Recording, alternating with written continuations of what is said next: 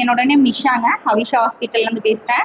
இன்னைக்கு வந்து உலக ரத்த தானத்தை முன்னிட்டு நாங்கள் வந்து எங்கள் ஹாஸ்பிட்டலில் வாலண்டியராக அந்த ப்ரோக்ராம் வந்து கண்டக்ட் பண்ணி எங்களால் எத்தனை உயிர்களை காப்பாற்றுறதுக்கு ரத்தம் டொனேட் பண்ண முடியுங்கிறத நாங்கள் வந்து வாலண்டியராக அந்த ப்ரோக்ராம் ஆர்கனைஸ் பண்ணியிருக்கோம். இதில் இப்போ கிட்டத்தட்ட வந்து பார்த்தீங்கன்னா ஒரு 25 மெம்பர்ஸில் ஒரு 20 நம்பர்ஸ் வந்து நம்ம கவுண்ட் கொடுத்துட்டோம். நாங்கள் வந்து பிளட் கொடுத்துட்டோம். எங்களோட பீப்புள், எங்களோட எம்ப்ளாயிஸ், எங்கள் டாக்டர்ஸே வந்து எல்லாரும் டொனேட் பண்ணியிருக்காங்க. எங்களுக்கு ரொம்ப ரொம்ப ஹாப்பியாக இருக்குது. அதாவது சொசைட்டியோட பீப்புளோட ப்ராப்ளத்துல நாங்க வந்து எங்களோட மூலியமா கான்ட்ரிபியூஷன் பண்ணது எங்களுக்கு ரொம்ப ஹாப்பியாவும் நிறைவாகவும் இருக்குங்க.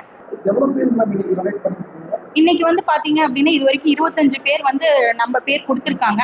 ஒரு 17 பேர் டொனேட் பண்ணிட்டாங்க. பேலன்ஸ் வந்து வெயிட் பண்ணிட்டு இருக்காங்க.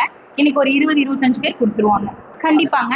ஒரு மிஷின் வந்து பாத்தீங்க அப்படின்னா நம்மளோட அந்த மிஷின் பாக்குறீங்களா நீங்க? நம்மளோட கையில வந்துட்டு நம்மளோட பிளட்டை வந்து ஹீமோகுளோபின் செக் பண்ணுவாங்க. எவ்வளோ பாயிண்ட் வந்து இருக்கணுமோ அந்த பாயிண்ட்டுக்கு தகுந்த மாதிரி அந்த பர்சனுக்கு இருந்துச்சு அப்படின்னா மட்டும்தான் அவங்க எலிஜிபிள் ஆவாங்க. பிபி செக் பண்றோம், சுகர் செக் பண்றோம். அதுக்கப்புறம் வந்து பாத்தீங்கன்னா ஹைட் வெயிட் எல்லாமே செக் பண்ணி அவங்க ப்ராப்பரா எல்லாமே இருக்காங்க.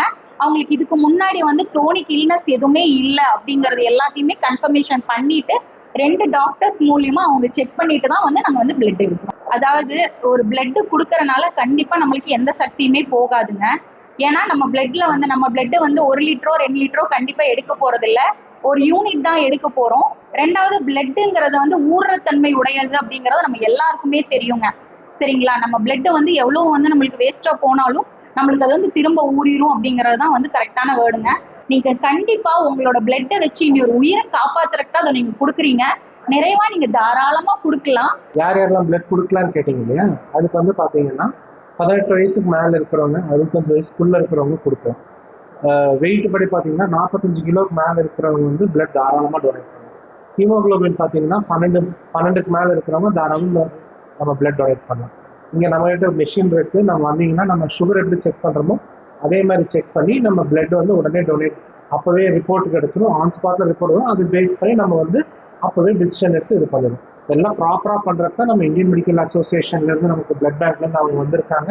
அவங்க வந்து அவங்களோட சப்போர்ட்டோட தான் நம்ம எல்லாமே கான்ஃபிடென்ட்டாக பண்ணிட்டு இருக்கோம். வேர்ல்டு பிளட் டோனர்ஸ் டேங்கிறது வந்து எதுக்குன்னா எல்லாருக்கும் பிளட் டொனேட் சேவ் லைஃப்ஸ். இதுதான் நம்ம எல்லா இடத்துலையும் மோஸ்ட்லி பார்க்குறது.